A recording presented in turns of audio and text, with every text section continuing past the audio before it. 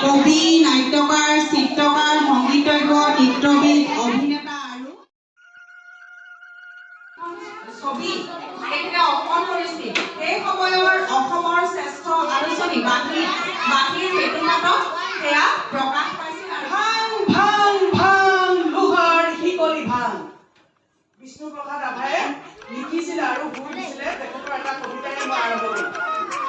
ভাং ভাং ভাং লোহাৰ শিকলি ভাং চিং চিং চিং ডাঙৰ বান্ধোন চিং ভাং ভাং ভাং লোহাৰ শিকলি ভাং চিং ৰাভাৰ ওপৰত কেইটামান শাৰী কম।